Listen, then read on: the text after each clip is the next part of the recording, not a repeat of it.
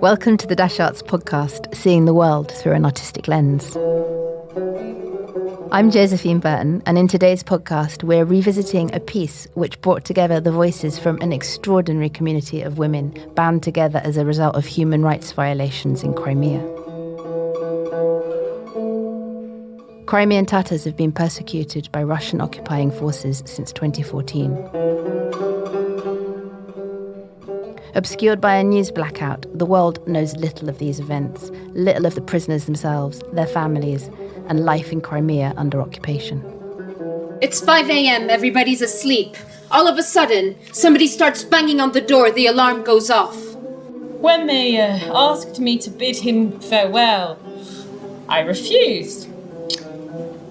We won't say farewells, you will be back. We hear from the wives of the political prisoners who've been arrested for the act of documenting as citizen journalists the reality of their lives. The women describe their friendships, their love affairs, and the impact that the imprisonment has had on their families and themselves. Oh, yeah, there was one. He tried playing the nice cop while the other one never let us go. So we were sitting there, you see, and the nice one, he said to her, Hey, don't be afraid. Nothing bad's going on, it's all good. And she replied, what's good about it? You came. That by itself means nothing good is happening. 15 people entered at once. They showed the warrant straight away, which said, namely that Timur was going to be imprisoned from 20 years to life. And so they began searching the living room here. They examined our computer from top to bottom, took his phone, and they started moving little by little into the hall, the kitchen, rummaged through the freezer of all things, the microwave, put their hands on every bowl, every plate. And when I asked them what on earth it was they were looking for, they said it was something about literature and weapons and so on. When they finally reached the bedroom, they turned their attention to the children's backpacks and started investigating every page of the report book and every notebook.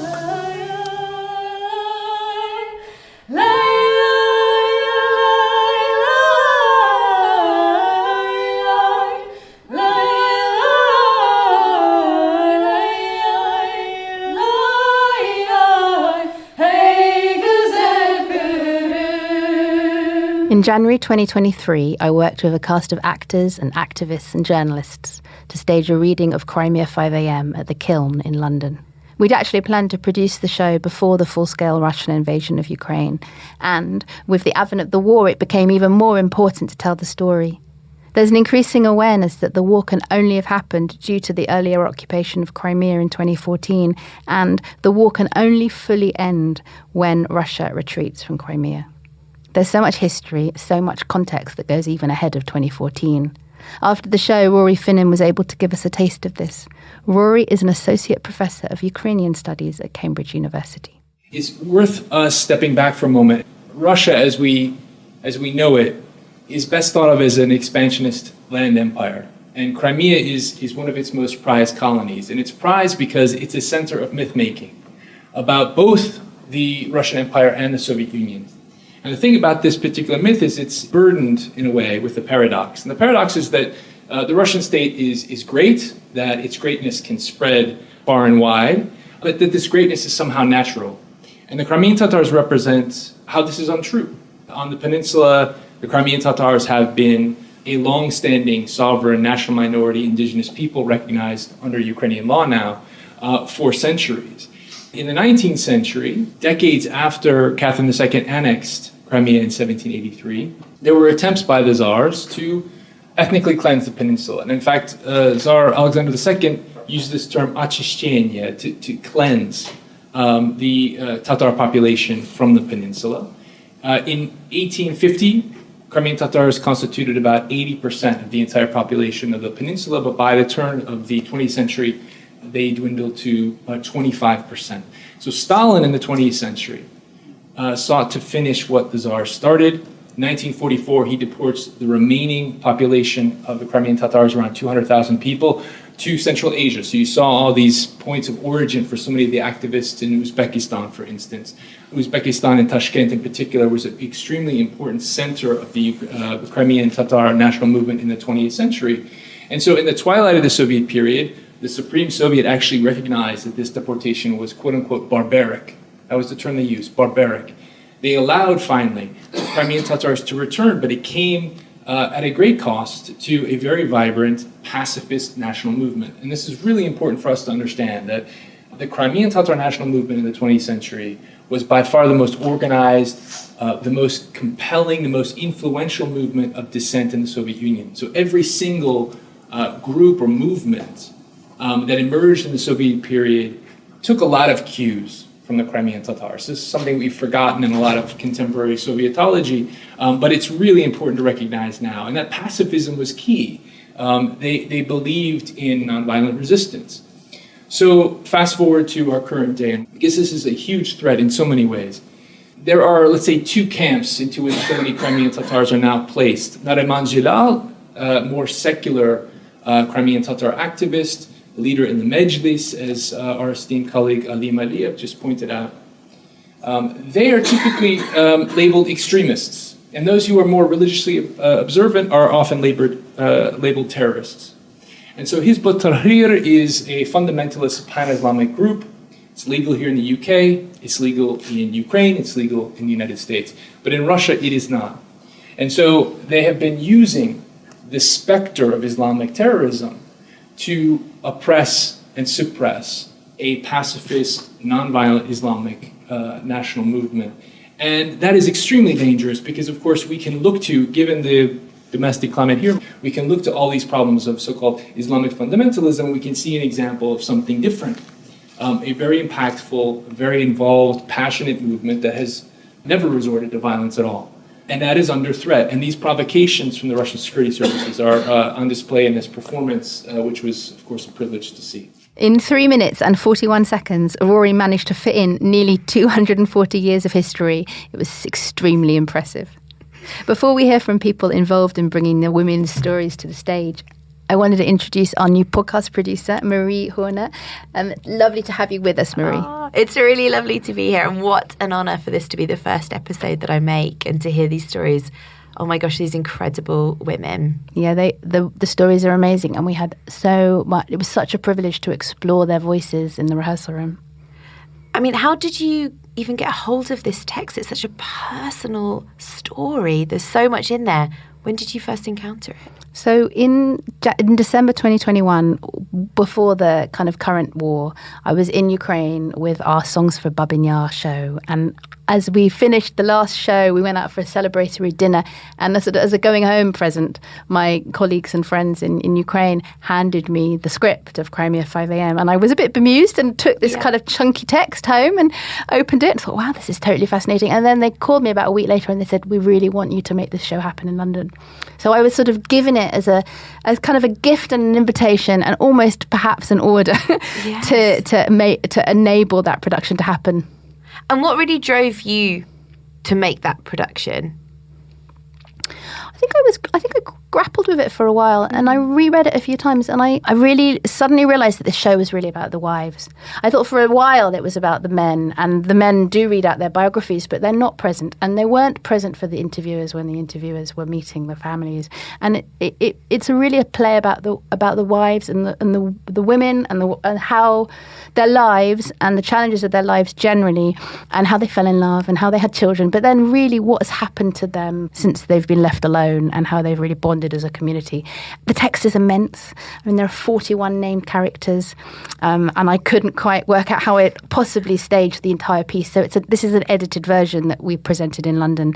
The full thing is enormous, but I realised that the heart of the show were the lives of the women, and it was that I wanted to focus on. And that really came across. I mean, when I watched the performance, for me, what just stood out and what I was left with is the humanity, the mundane, as well as the beauty and as well as the sadness and the trauma that they're left with. And I think those very real moments made me reflect on what my family would do, what I would do in a moment that's almost completely unimaginable to experience. I was raised up by a car alarm suddenly going off. It was our car. The time was 5:55 a.m.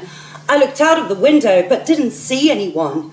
I went to the bathroom, and then when I came back to the living room, it was lit with bright searchlights from the window, and set against those searchlights, I could see the shadows of the men running right here on the drapes. Just like that, shadows running, and I was terrified at the thought of how many of them must have been there outside, and yet the running didn't seem to stop.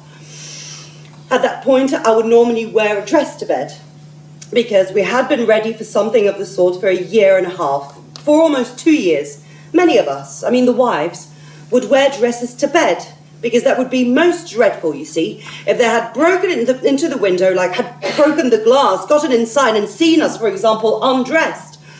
It's really powerful listening to Shiraz with that scene now, because it's a few months since we did the show.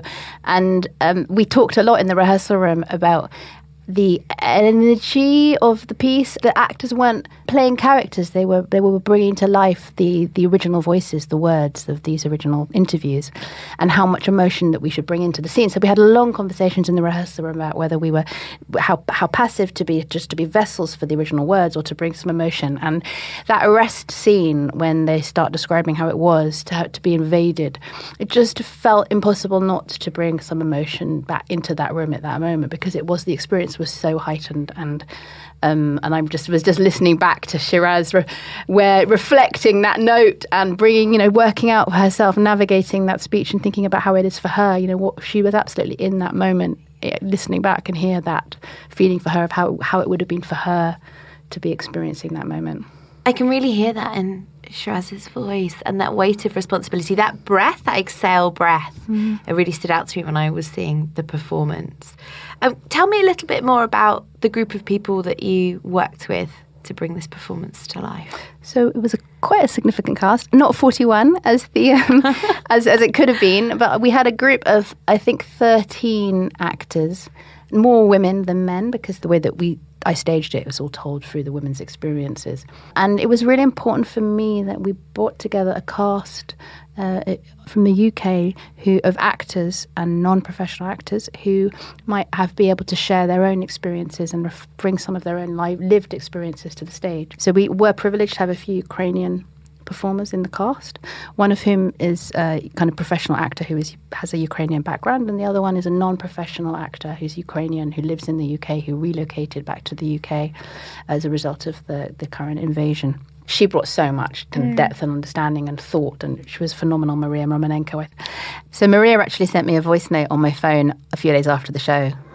And also, I don't know if you will need this, but it was a very interesting experience for me to participate in this with the majority of performers being professional actors, because they set a very high standard for the performance and for the rehearsals, not just being a non-professional actor doing this, but also being surrounded by wonderful, wonderful actors. And as a last thing, obviously, it was very important for me to take part in this, because it's continuing to tell the world about what's going on, and continue to tell the world about something that has been happening since 2014, and something that everybody managed to ignore or pretend it's not happening or minimize or talk less about. So I think it was a very good way to tell the world what's happening and ensure that the world still talks about Crimea. It so happened that I couldn't go to university straight after school. My father told me, I can't help you. If you want an education, get a job.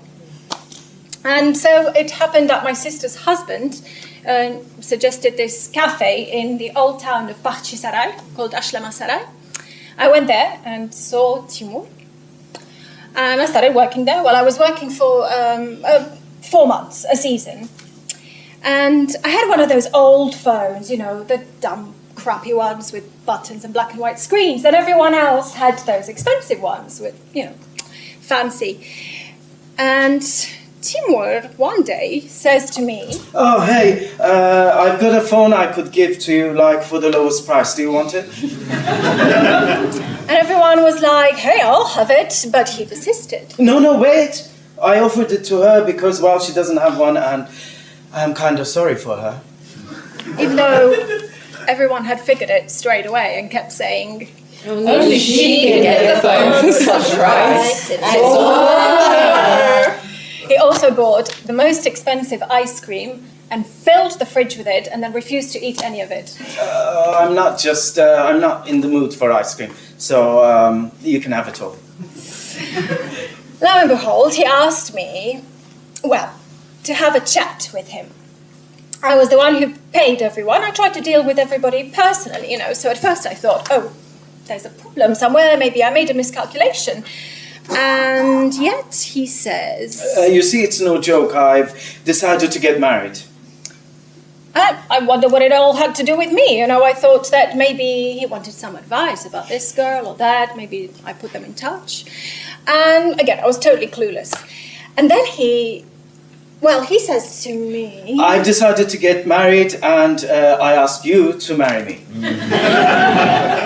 I also wanted to bring in that kind of Turkic experience that the Crimeans have. To think about what the world experience that by being Crimean Tatar and by being Turkish and Muslim would bring to an understanding of the text. And because we're in London and there are unbelievable international actors in this, a wider community, I was able to work with some phenomenal individuals who are themselves from North Africa, from Middle East, from Turkey, who can bring their own experience and understanding of that wider world and culture that the Crimean Tatars have. For you, what was that process like as the director? Oh, I loved it. I love it. I mean, I think the more... The richer experience in the room, bringing, and I love creating that kind of collaborative experience where everyone brings something, and whether that is, everyone in my group would do a warm up because that's part of our process is that they bring something in their background to the room, regardless of their background, and so we had some good fun moments and just playful moments. But I think that means that then the journalist will bring ideas and understanding that just kind of gives more texture. So I love being able to facilitate that and learn from everybody. That's something. Do you never feel overwhelmed by the amount? Because you're so good, I think, at responding to the people you're working with. I think that's an incredible skill. But how do you process that amount of input from other people? There's an internal editing function that I have that enables me to sort of to absorb and listen and then say, okay, now that's enough now. Yeah. let's move on, or let's take that bit. I think sometimes it takes a while. I mean, there's moments when someone will tell me something and it'll take a while to be able to reflect on that and then maybe bring it into the room later or just say, no, you're right. I find often being able to absorb people's comments and kind of ideas is incredibly powerful and incredibly empowering for people in the room to feel that they're being heard. It's a good practice for me to create a space where I can listen to people coming up with an idea that's not the direction I would have gone in, and be able to absorb that. So I practice that. I'm still not very good at it. My automatic reaction. I mean, I think I'm like that as a mum too. It's like no, immediately no, and then I go, actually, maybe that's a good idea. It was a rare habit of Seran, something not very common to other men, that he always waited till we finished eating at the table before even touching the food himself. Honestly, I've almost never witnessed anything of the sort before. He would sit there at the table and wait, and I kept telling him, begging him to eat something, like the dish is supposed to be served hot, and it's already growing colder. He insisted, no, you should eat first. He would wait until everybody finished their meal, then ask the children if they wanted another helping. And only after the meal was over, everybody had finished, and I was literally about to clean up the table, he would begin his meal. Crimea 5 a.m. was written by two unbelievable playwrighs. Natalka Vorozhbit, who's a wonderful Ukrainian playwright with whom I have worked for other Dash projects in the past, and Anastasia Kosady. And we reached out to Anastasia, who's currently in Berlin, relocated from Kiev, to ask her about her experience of writing the piece. Anastasia, it's so lovely to see you. Yeah, great to see you too. And so lovely to speak to you. In the introduction to your text, to the play script, you talked about two intentions behind the piece that you really hoped would be brought out through the staging of it. One of them was that the piece would never be fully kind of dramatically staged, because you wanted to keep it as real as, keep it closer to the reality of the existence for these political prisoners and their families. And the other one was that try to find ways to introduce non-professional performers alongside the professionals. I really tried to stick to both of those intentions in our staging, but I would love to hear from you why you felt those were particularly important for you about the presentation of the work. How I usually write, I usually do the documentary research, but then it turns into like a fictional text, so people somehow protected by the fictionalization of it, but the metaphors and so on and so on. But here it wasn't possible, and of course so many people, and usually yes, people can be sad or that you wrote something and you didn't change some mistakes that they did in the speaking, but in that case these people can be arrested, and for a very long time, or killed or something, or raped, just because of your text. And it was very big pressure. Of course, I remember when we had the first presentation in the end of 2021 in Kyiv, in a very big venue in the center of Kyiv on Maidan, and I knew that all the wives of the political prisoners I will be watching, because there was a live stream, like many cameras. It's a very good quality of video, and I was terrified because I knew that, like, when the show will end, then I will learn like what do they think. They saw the text, of course, before so on, but still. The idea behind this first reading, especially, was to invite a lot of Ukrainian celebrities to read the text, and my feeling was not all of them did the job very well, and so it was anxiety on many levels, and I was very relieved in the end when the organizers told us that the wives sent them messages that they're happy that it happened, and they loved the presentation, they loved the text, and they loved that there is so much attention to this topic, because of course oftentimes they feel quite abandoned even by Ukraine, and being abandoned in Crimea with husbands who are in prison for many years. But and coming back to your question, why no like full-blown performance? I mean, it can happen, of course, but from the ethical point of view, I cannot imagine making it enjoyable. I don't know, in a theatrical way on stage. Because the point is not about that. The point is that we have to somehow help these people, and and help to deoccupy the Crimea, help to these people to return from prison, because many of them are already like 5-6 years there. Some people already died because they were not given proper help.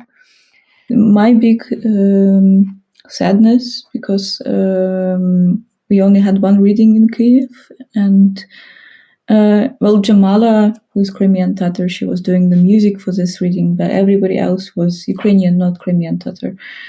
And it saddened me, of course, very much, because we are doing the play about them, but sort of without them. And I knew that there were plans to do more and more readings, but they, of course, never happened because of Russian invasion. And when you told me that you want to invite Muslim women across like different countries, I was generally very happy about it, because I knew, of course, that it will bring something else to the performance, and it's a very good move. They're coming for us as well. So that morning, there was a knock on the door.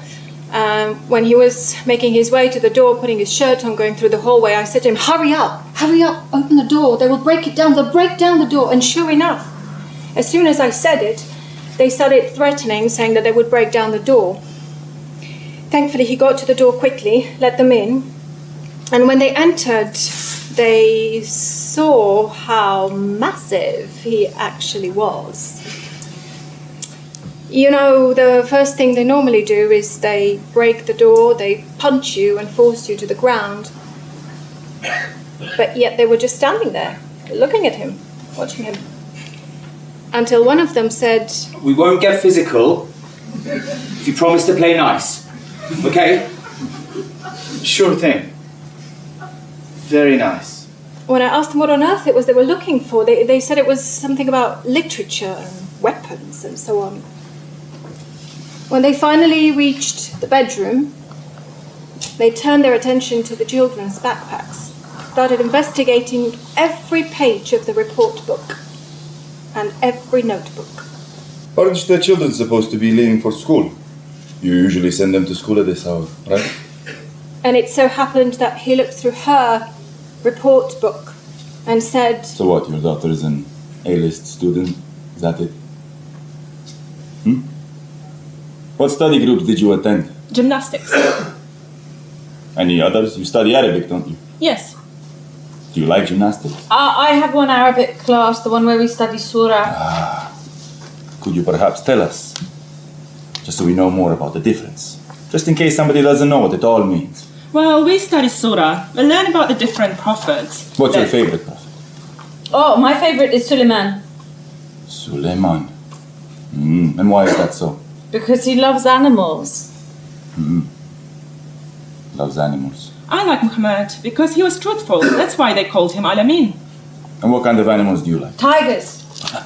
Tigers. Is that because they're strong? Or because of their luscious fur? And I like rabbits. They're cute and fluffy. They're also very fast runners. Yes, and very high jumpers.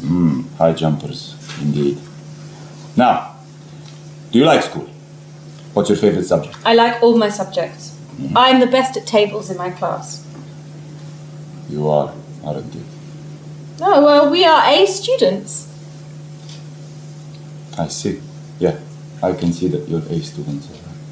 They went on to empty the bags and scattered the toys on the floor, and I wondered, now what on earth are you going to find inside the toys?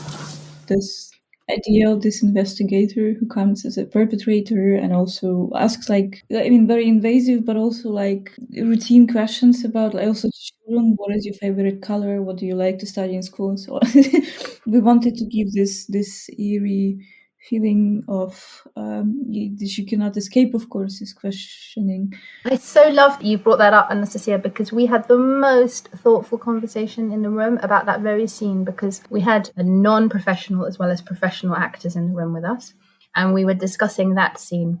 And someone said, one of the actors said, why have they kept this in, this very mundane conversation about what they're studying at school? Because this is this investigator, he's terrifying, and he's having this seemingly quite mundane conversation with the children about their favourite subject.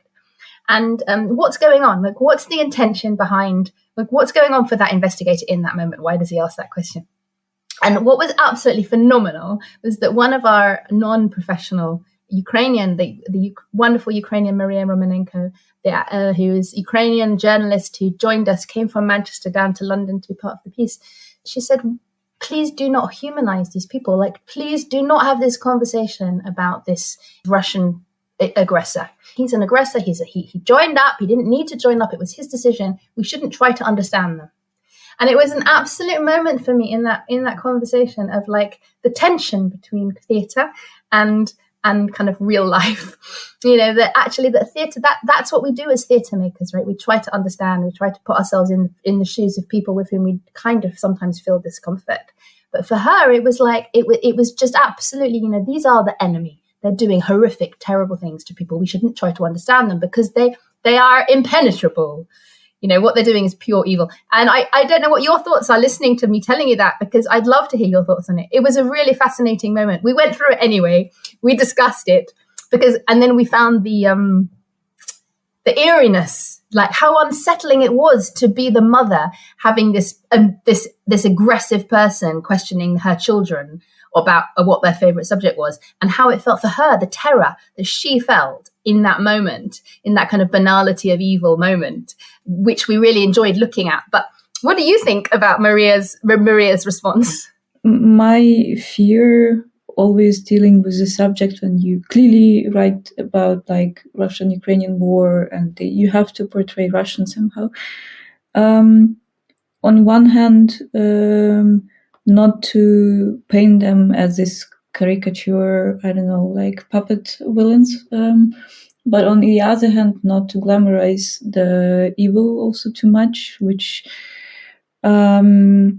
it happens a lot, I think, and even like with this subject of this night raids, when the like soldiers come at night and so on, and then this question, you still can make it beautiful somehow in the play, and I think on stage too. But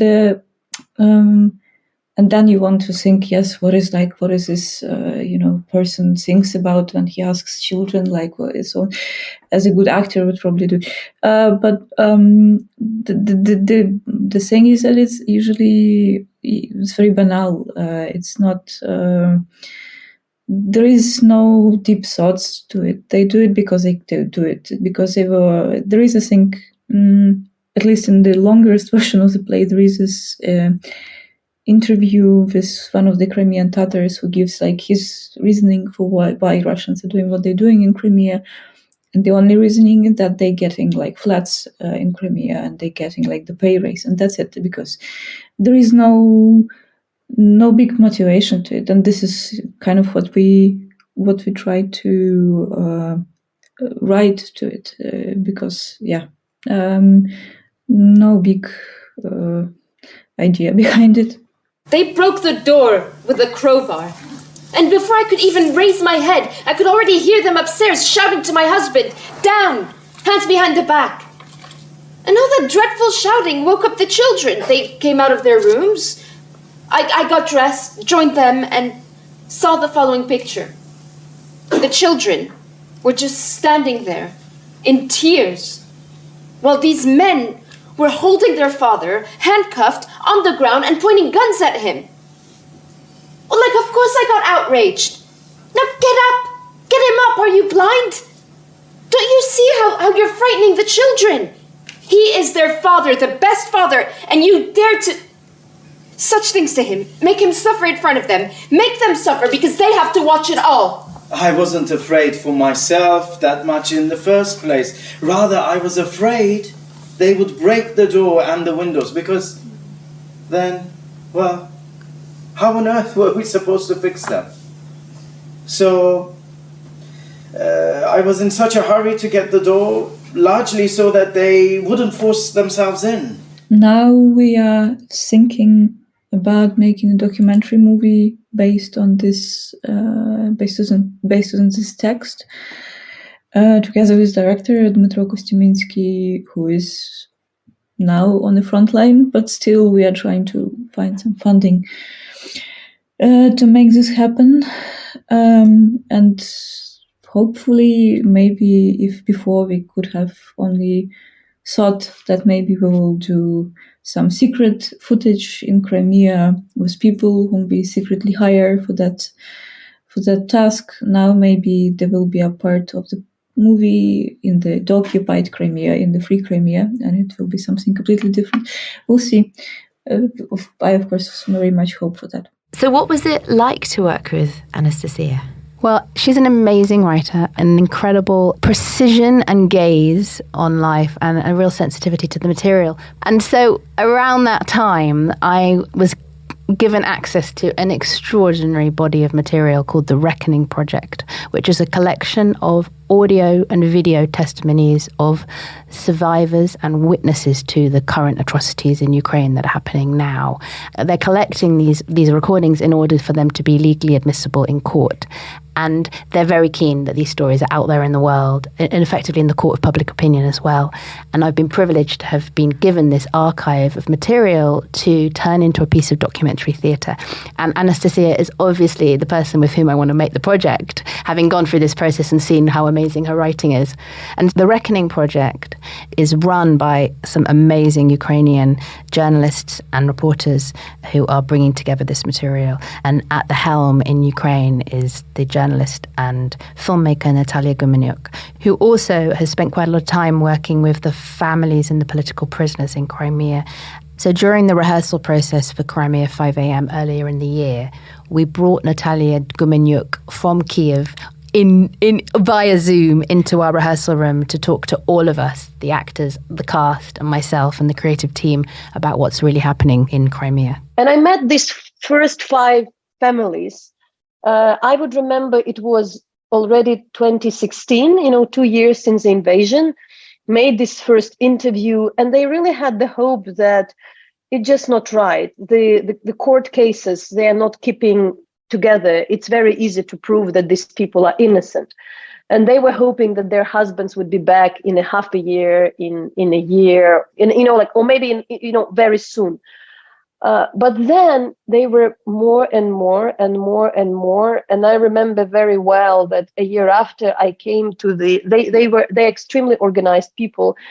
Then the next year I came, and there was this room where there were 50 kids playing, and all the kids were the kids of the political prisoners. So for me, it was very, very, very painful to observe how, with the time, every year, you think this is impossible, it shouldn't happen, these people are innocent, and then you see 5 families, 10 families, 30 families, 40 families, and it's lasting for 8-7 years, really long time.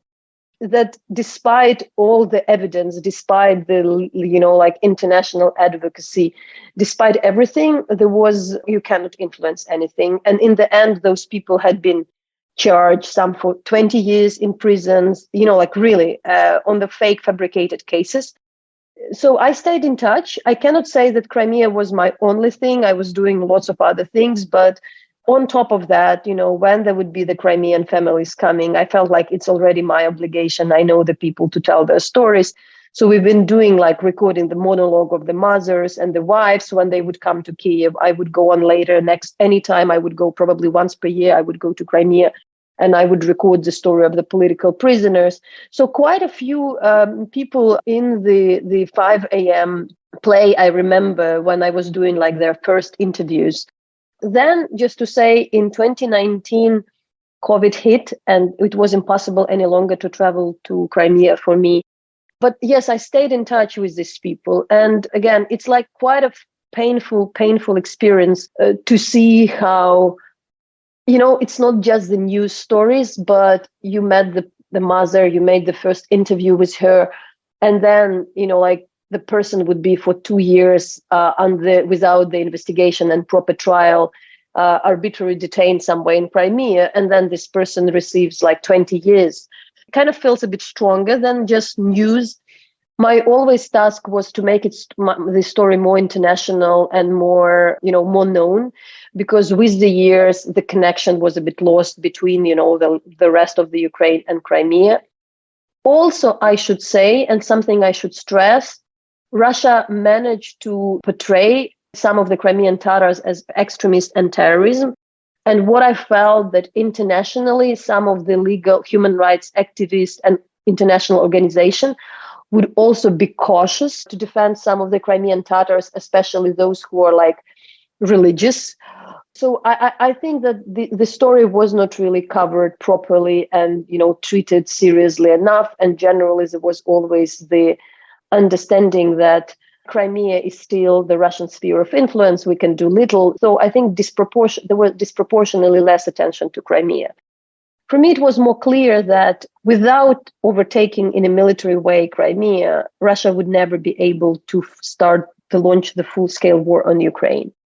And we need to move all this kind of political idea about the Russian greatness and idea to occupy this peninsula aside. There is a very clear idea that there is a military strategy behind the occupation of Crimea. The war against Ukraine would be possible just when the Russian military controlled the Crimea. The peninsula is nothing but the Russian military base. There should be people on the ground to tell, that's hundreds of the Russian tanks are there. There is something going on. And the fact that we don't hear much from Crimea now is really thanks to the fact that they were detaining these people for many years. Natalia, that was phenomenal. It was so interesting. It was so helpful to hear your insights and the journey and obviously the length of time that you've spent getting to know these communities, and to hear your insights about the parties, the kind of community of women, families was supported is very helpful, because obviously that's the world which we're depicting very much for our interpretation of Crimea 5 a.m. So thank you for that. Did you have any kind of particular connection to any of the women? I met them. I met so many. I don't remember exactly who would be in the 5 a.m., but I think I met most of them. Generally, maybe my would be impression, they're incredibly strong women. Absolutely. Wives and mothers. It's just amazing. They are very much supportive of each other. They help each other. They all become very good friends. And again, like they always say, like we obtain the families. And by the way, something to mention, which often is not mentioned, the Crimean Solidarity probably, honestly, was the only independent organization of that kind in the whole Russia. The situation in Crimea was generally worse than in the whole Russian mainland. If you speak about the repression and persecutions, because of course there would be more security service people there, they would watch and search for a possible resistance or things like that. When there is a court case, Crimean Solidarity would gather in front of the court building. If the political prisoners are taken back somewhere to the Russia, to Rostov or for a trial, they would travel. They still need to make it very loose, so it's not organized, it's not a formal NGO like that. But at the same time, it also was very distinct that in the whole huge Russia, this tiny group of the Crimean Tatars, wives and mothers, and like some relatives would be honestly the only real strong, independent, tiny movement which survived in the whole Russia. Is that how how they communicated with each other to sort of share advice about how to behave when they finally get arrested, if they do? Because they talk about that a lot in the play, which I found very moving and terrifying as well, as a mother as well, how the mothers were saying, well, we had talked about this with the children for a long time. We had prepared them. We were prepared. How important it was to pass the information on, but also how horrific to have to live with that knowledge that, okay, it probably will happen. And this is how we have to act to protect ourselves as much as we can. I think it comes also from the Soviet legacy because, there was this period of time of 20 years when they were not under threat, but the Crimean Tatars, yes, they were deported till the 80s. In the end of the 80s, they returned to Kiev, to Ukraine, to Crimea. And I think that's something that they knew. So they managed to pass it from generation to generation. That's why they were more, let's say, honestly, more trained. I should also say that we cannot say that everybody is like that. There are 300,000 Crimean Tatars in Crimea. I understand the dilemma for the Crimean Tatars. One of their ideas is really to stay in the territory. So they really need to adjust to the occupying power because for a few times they've been deported and lost their land. And at the same time, you need to both resist. So it's an unsolvable dilemma. And I do think that they kind of managed to find this way. And that's kind of a thinking which is in every family. So you really need to explain to your kids, you explain to yourself, you constantly live with the idea, explaining why you stay, why you're not leaving. And if you decide to leave, you need to always find this way. It's a huge burden. Do the women, because obviously they seem to organize themselves in kind of soft way, are they at any risk of also being imprisoned? There were largely the Russians usually kept women not arrested. It's quite common. But some of them, there were the cases then that they were temporarily detained, like for a day or for two.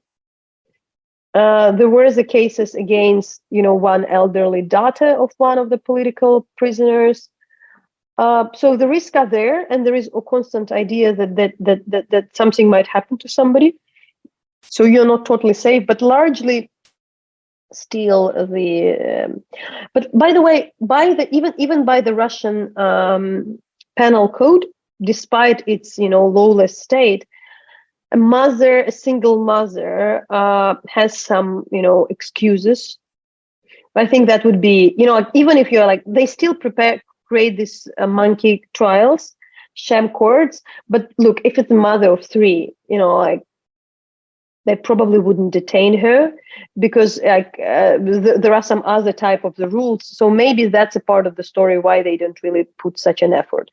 But if somebody would be very fierceless, there might be the case. But we have the less cases of this type. I'm Yasmin. I'm one of the performers. And I just wanted to ask you, I'm very curious about this. Usually when there are these, because you said in the Russian penal code, there are these exceptions or excuses that can be made for single mothers. especially if they have like multiple children.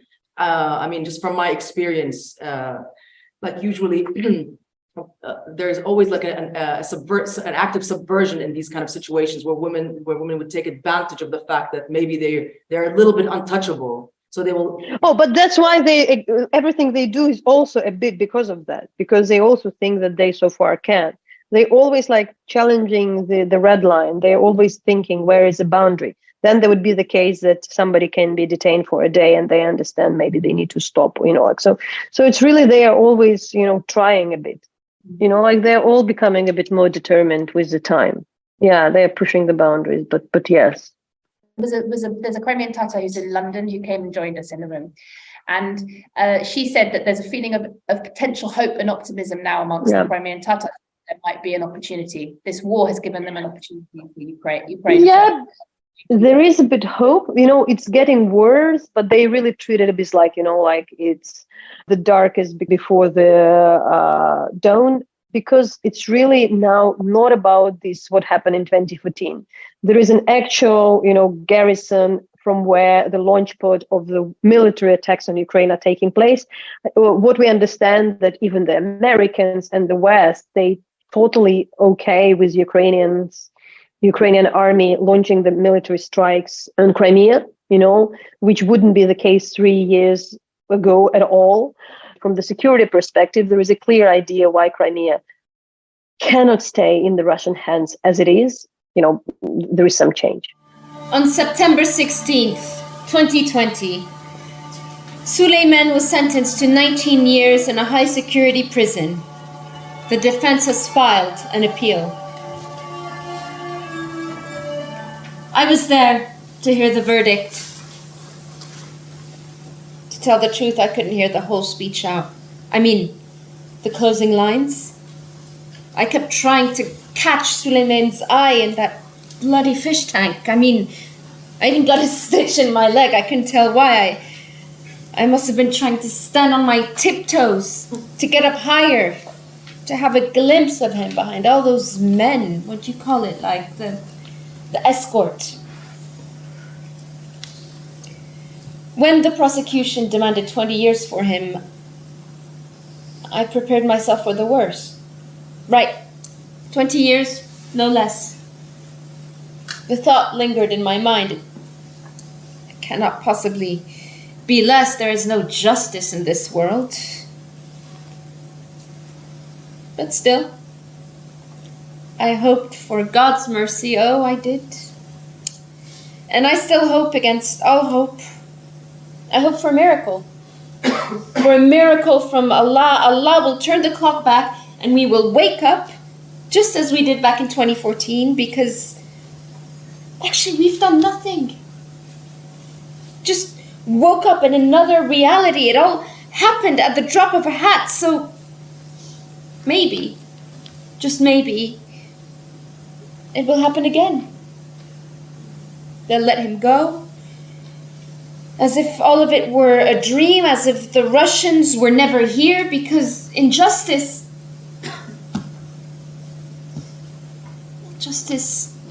must gain the upper hand, right? And injustice must disappear off the face of the earth. He saw me cry. He knows me like the palm of his hand, like how I am. Well, very vulnerable. And my dad always tells me, you must have been the first in line when Allah was giving away tears. One of the other non-professional actors who we had the privilege of working with was Alexandra Hall, who is the former British ambassador to Georgia, currently living in Washington. And she also joined us for the post-show conversation because her insights were phenomenal, because she's had such a kind of privileged position of being a diplomat and working and moving in political circles. And what she was able to share from that perspective on what's going on and what kind of the Foreign Office, the official take on what's going on and what should be happening in Crimea today, it was amazing. The most important thing this play did is personalise these stories, because it's very easy to see human rights issues as 30 people arrested, 40 people detained, 25 years. And you can get numb to some of the stories and some of the statistics because there's a lot going on around the world, not just in Ukraine, but in Myanmar and Sudan and Syria. And I got so wrapped up in the stories that I almost missed a couple of my cues because I was actually listening to the stories, and the talent of the actors that you saw was so good. One of the wider lessons is that appeasement of Russia does not work. Appeasement of any extremists doesn't work. I mean, Ukraine is the first country that has seriously laid down a marker for Russia, but they have to be backed up by all of us. They can only succeed with our resolve, and we have to be resolved to win this war. It's not enough to give Ukraine just enough weapons to keep fighting and keep dying. They actually have to win this. And we finally have to learn the lesson. As some of you will know from my biography, I was ambassador in Georgia. I see what the Russians do. They occupy land, and then they hold that country through leverage of holding a part of that territory. And they manipulate the sentiments of the people who live in that territory. They bring people in from Russia and they move the populations to change the ethnic balance and then claim that there are mainly Russians there who want to be united with Russia. And they are manipulating it. And so there is no stable peace that can be found in Ukraine as long as Russians remain on Ukrainian territory and believe they have a right to part of Ukrainian territory. When faced with what feels like an insurmountable problem that feels geographically so far away, I found it vitally important to remember how relevant it is and how tangible change can be while these men are still being held in prison for years. I do think there's a danger that so much focus has been paid on Ukraine rather than on Crimea, and I also worry that any peace negotiations, the obvious bargaining chip remains Crimea. I'm not advocating that myself. So I think keeping alive the issue of Crimea, reminding people that this conflict didn't just begin last year, it's been going on for a long time, is very important. And then raising the individual cases. As the head of human rights in the Foreign Office, the letters we got from individual members of the public bringing to our attention individual prisoners of conscience, and these men are prisoners of conscience, is very powerful.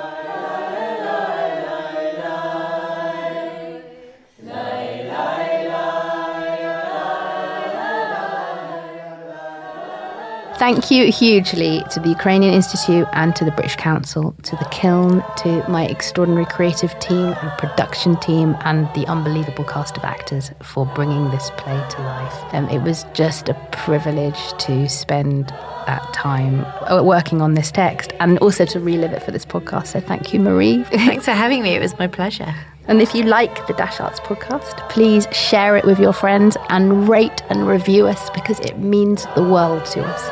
And we'll see you soon on the Dash Arts podcast.